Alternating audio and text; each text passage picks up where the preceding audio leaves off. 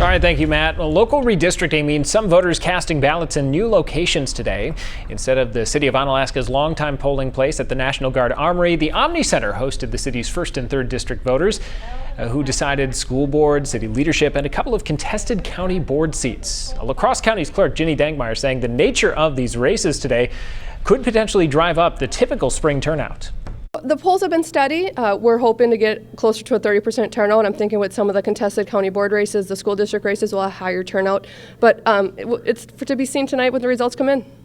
And those results are now coming in. Now, the last spring election during a midterm year in 2018 saw about a 28% turnout for La Crosse County's registered voters. Of course, part of the reason for that possible increase, all 30 county board seats on the ballot, including the newly created District 25, which featured Dennis Jacobson, a former agricultural instructor, running against Betty Seisha, who served on the Gunderson Medical Foundation and as clerk for the town of Farmington. Jacobson winning that race by a comfortable margin. This is not the race I'm talking about right now.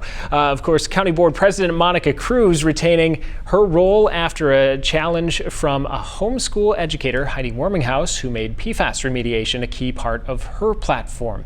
Another contested race covering part of the PFAS-affected area of French Island, Bryce Prairie, pits current school board member and former assistant police chief Rob Abraham against Vicki Burke, who served on the county board since 2000. Now, Abraham will be the new district supervisor, according to the results. The race decided there by fewer than 60 votes. Steve Doyle has served on the county board since 1986, winning his first term about 15 years before his 20-year-old challenger Jordan Briskey was born.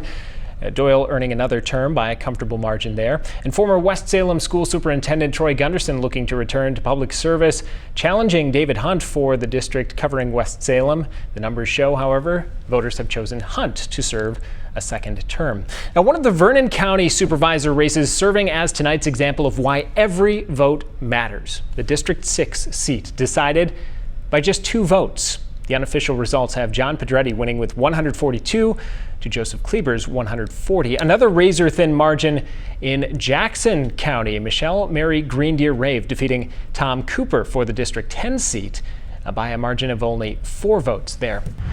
Tomah voters weighing several choices today. The 2 most contested were the aforementioned school board and city mayor. A number of other races were unopposed, including a pair of Monroe County judicial seats. As for the race for Tomah mayor, incumbent Mike Murray fends off a challenge from Remy Gomez to earn another term there. In Arcadia, the mayoral race featured a gubernatorial candidate endorsement. Republican Rebecca Clayfish throwing her support behind former mayor John Kimmel, running again for the seat from which he was recalled against Kevin Mazek. No incumbent here and still waiting on numbers there. Also in Viroqua, 2 names on the ballot, but it was something of an uncontested race after incumbent Karen Mischel said she would be stepping away from public service, throwing her support behind her opponent Justin Running, who won that seat easily. Over in Milwaukee, Cavalier Johnson becomes the city's first African-American elected mayor, winning the right to finish the last 2 years of Tom Barrett's term, who left to become U.S. ambassador to Luxembourg. Johnson is a 35-year-old Democrat who had been serving as acting mayor for Milwaukee. Unofficial results show he defeated conservative former alderman Bob Donovan with more than 2/3 of the vote. And while water quality issues factored into a number of local candidate platforms, all voters in La Crosse County had a chance to send a message to lawmakers with an advisory referendum. The voters today showing their overwhelming support for the question, should the state of Wisconsin establish a right to clean water to protect human health, the environment, and the diverse cultural and natural heritage of Wisconsin? Now, voters in Marquette, Portage, and Wood counties all approved that question last spring by about a 3-to-1 margin. And while this won't prompt any immediate action, it can be used to gauge support for future policy.